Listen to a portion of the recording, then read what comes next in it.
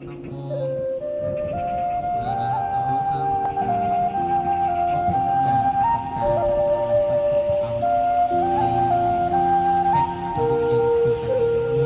ราประวัติศาสตร์ในจีนเนี่ยจะรายงานกรรมที่ดึงโกนเจ้าแม่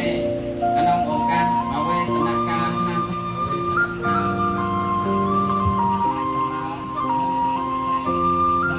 ហើយឆ្នាំនេះប្រទេសจะប្រគុណ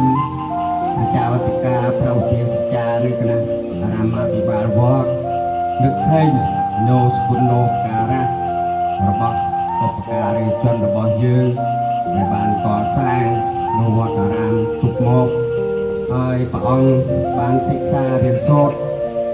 គ្រប់សពហើយព្រះអង្គប្រតិបត្តិនៅនេះព្រះអង្គជួយផ្សព្វផ្សាយដល់ប្រជាជនចំនួនក្រោយនេះដើម្បីថែរក្សានៅគុណវប្បធម៌របស់ជាតិឲ្យបានគង់វង្សតទៅថ្ងៃអនាគតការសិក្សារៀនសូត្ររបស់យើងមិនមែនជារៀនដើម្បីប្រយោជន៍ដល់ខ្លួនយើងបន្តគឺ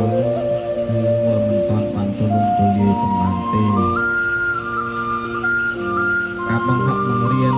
របស់លោកគ្រូអ្នកគ្រូទាំងអស់ដើម្បីជាបណ្ឌកុសលមិនទូលំទូលាយទេនេះជាភារកិច្ចរបស់យើងជាមនសិការៈជាតិពុទ្ធសាសនាអត្ថភារកិច្ចគឺកិច្ចដែលយើងត្រូវធ្វើឬត្រូវបំពេញនៅក្នុងពេលប្រកបនេះចាប់ទៅពេលនេះរហូតដល់ចប់ឆ្នាំ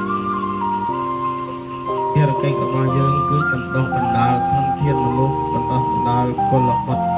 ខ្មែរឲ្យចេះអានចេះសរសេរភាសាខ្មែរដូចជាក្នុងលិខិតប្រសិទ្ធិពររបស់គណៈមន្ត្រីសង្ខេបអាណាព្យាបាលឪពុកម្ដាយគ្រូបង្ខាត់បង្រៀន